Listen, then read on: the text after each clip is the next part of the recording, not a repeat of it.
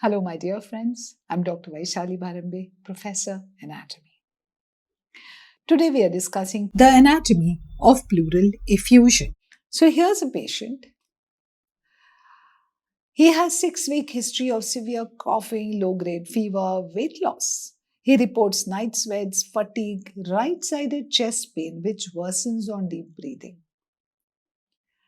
A chest X-ray shows that he has pleural effusion. You can see that there is a fluid collected on the right side within the pleural sac. So to understand this patient, to understand what is pleural effusion, how will you tap the fluid and much more, we are going to study the rest of the lecture. Students, if you're enjoying this lecture, do please like, share and subscribe to my channel and hit that bell icon. Also, if you want more of these lectures, if you want surgical anatomy related lectures, diagram and downloadable notes as well, then visit my website vbanatomy.com. So let's continue with the case that we just saw, pleural effusion. So now we are starting a case of pleural effusion.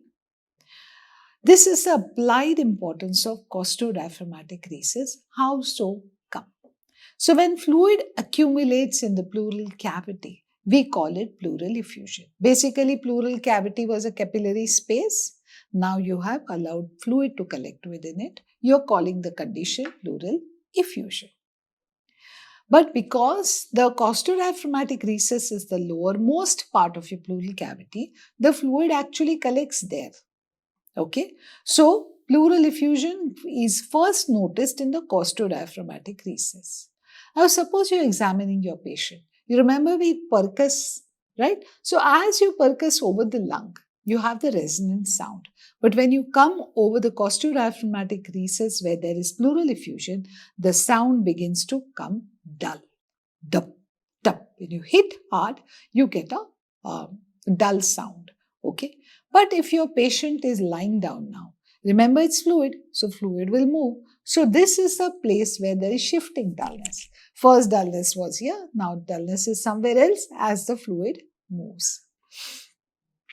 This is a beautiful image that is showing you how on a chest X-ray, you will have blunting of the costophrenic angle. See, this is the costophrenic angle, quite sharp and pointy. But on the other side, you can see that the costophrenic angle is blunt because there is a pleural effusion below it. So the whole pointed angle becomes rounded. The blunting of costophrenic angle is seen. Now, what can you do? You can do a pleural tap. You can put a needle inside this fluid and remove the fluid, right? So it is often performed through the intercostal space, usually 8th or 9th, in the midaxillary line to aspirate fluid. Let's take a look. Pleural tap or thoracocentesis. Patient will be seen sitting like this, leaning slightly forward with a hand maybe on a stool. Why do you do that? Now your hands are like this, your ribs are closed. You lift up your arms, your ribs spread out. That much more space for you to put in your needle. So this helps to spread intercostal spaces, brings the fluid to a most dependent area. Right. So now take a look at the pleural tap. It's usually performed in the midaxillary line slightly more posteriorly. This image should help you to imagine. One or more intercostal spaces below the upper edge of the fluid, never going below 9th intercostal space. Why do you not go below 9th intercostal space? Because on the left side you could damage the spleen, on the right side you could damage the liver. You don't want to do that. So this is how you carry out a pleural tap or thoracocentesis. See how the fluid is now collecting in this bottle. So what are the kinds of fluid I can get? What is this fluid? Where did it come from? Okay, so this fluid can be a hydrothorax. Okay, just serous fluid often seen in cases of congestive heart failure, renal failure, cirrhosis. Or it can be hemothorax. When will you get blood in your pleural cavity? Obviously, in case of a trauma, in case of surgery, sometimes a ruptured blood vessel. Sometimes you can also have pus in it. When will you have pus? If there is a lung abscess and it starts to drain into your pleural cavity, you can have pus.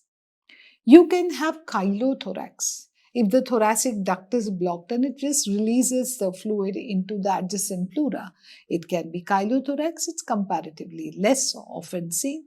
And finally, you can have a urinothorax, urine in the pleural cavity, which is very rare. So these are all the types of pleural effusion fluids you would encounter. An MCQ to end this session of pleural effusion. We have a lot to do, but just the pleural effusion. In a patient with pleural effusion, fluid first collects in which part of pleural cavity when the patient is sitting upright? The answer is there for you, but read the options. Understand why not costomediastinal recess, why not pulmonary ligament, and why costodiaphragmatic recess. We know that costodiaphragmatic recess is the most dependent part of your pleural cavity. Fluid will naturally gravitate there. So that's what this explanation is. Do read it up on your own. Students, if you liked the lecture, then do please like, share, and subscribe to my channel. And visit my website www.vbanatomy.com. Many of these lectures, many which are not even released on YouTube, a lot of surgical anatomy lectures, joint label videos, and a lot of downloadable notes, MCQs are all available on my website. I welcome you to go explore that. Thank you